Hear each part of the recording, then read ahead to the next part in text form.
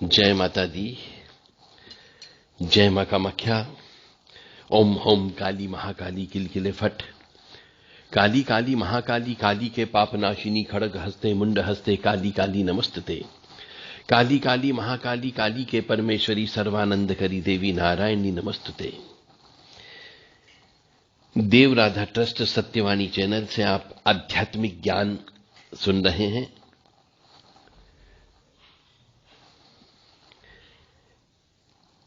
बहुत से मनुष्यों को अदृश्य रूप से पवन आने लगती है। कुछ अच्छी शक्ति होती है, कुछ बुरी शक्ति होती है। तो जो अच्छी शक्ति होती है बहुत सी काली स्वरूप वाली, जब वो आ जाती है काम भी करने लगती है। मनुष्य के यहां पे दरिद्रता है तो वह भी दूर हो जाती है। जब 2, 4, 8, 10 साल हो जाते हैं, 4, 5 साल हो जाते हैं, तो फिर उस माता जी को बिठाना पड़ता है, यानी मंदिर बना करके वो कहती मुझे स्थान दे। तब स्थान देना होता है।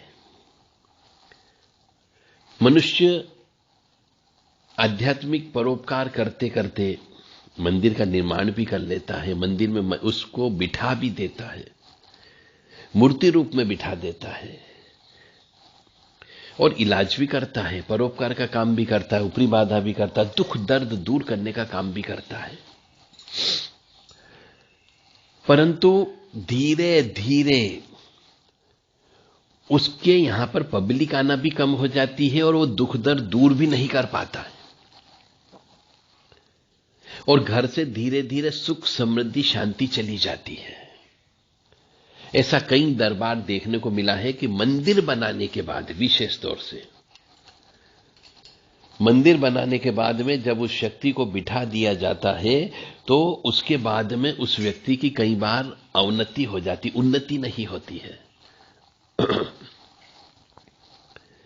तो उसके पीछे का कारण ये रहते हैं कि एक तो श्रद्धालु भी आना बंद हो जाते हैं जब काम नहीं बनता है तो, क्योंकि जहां पर चमत्कार है वहां पर नमस्कार है। ये कलयुग है और कलयुग में मनुष्य सिर्फ चमत्कार को नमस्कार करता है।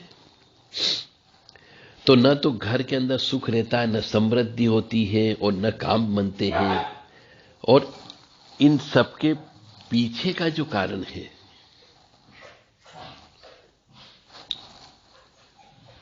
वह कारण है कि मनुष्य के द्वारा शुद्धता, स्वच्छता, पवित्रता मेंटेन नहीं करना। मंदिर बनाने के बाद में जब वो शक्ति मूर्ति के अंदर प्राण प्रतिष्ठित हो जाती है तो मनुष्य को मंदिर भी मेंटेन करना पड़ता है और अपने आप को भी मेंटेन करना पड़ता है। यानी शुद्ध, स्वच्छ, पवित्र रहना पड़ता है, खाने पीने का ध्यान रखना पड़ता है और गलत काम नहीं करना होता है। तो कई बार कुछ तांत्रिक लोग आते हैं, उस मंदिर की शक्ति को हटा देते हैं, मंदिर के अंदर बैठी हुई शक्ति का बंधन कर देते हैं और फिर आपकी दुर्दशा प्रारंभ हो जाती है। और कई बार मंदिर की शक्ति को वो लेकर के चले जाते हैं। ऐसा भी देखने में आया है। तो मंदिर बनाए तो बड़ी सावधानी से बनाना चाहिए। हर कोई व्यक्ति आकर के वहां पर पूजा करे, परंतु वैसी पूजा करे, तांत्रिक पूजा नहीं करे। क्योंकि तंत्र लाइन में जैसे मैं कहता हूं, हर कुछ चीज असंभव नहीं है, हर चीज संभव है। और हमारे द्वारा अपने जीवन में कई बार देखा गया है कि शक्ति खुद अपना स्थान कई बार छोड़ देती है। कई शक्ति दूसरों के साथ चली जाती, मजबूरी वश जाना पड़ता है। तब उसके वहां पे ये सुख समृद्धि शांति खत्म हो जाती, वो दूसरा चोला पकड़ लेती, दूसरा स्थान तय कर लेती है। तो ऐसा होने पर मनुष्य का पूजा पाठ में मन नहीं लगेगा, नहीं घर में सुख समृद्धि शांति रहेगी और नहीं मंदिर के अंदर ऊर्जा रहेगी।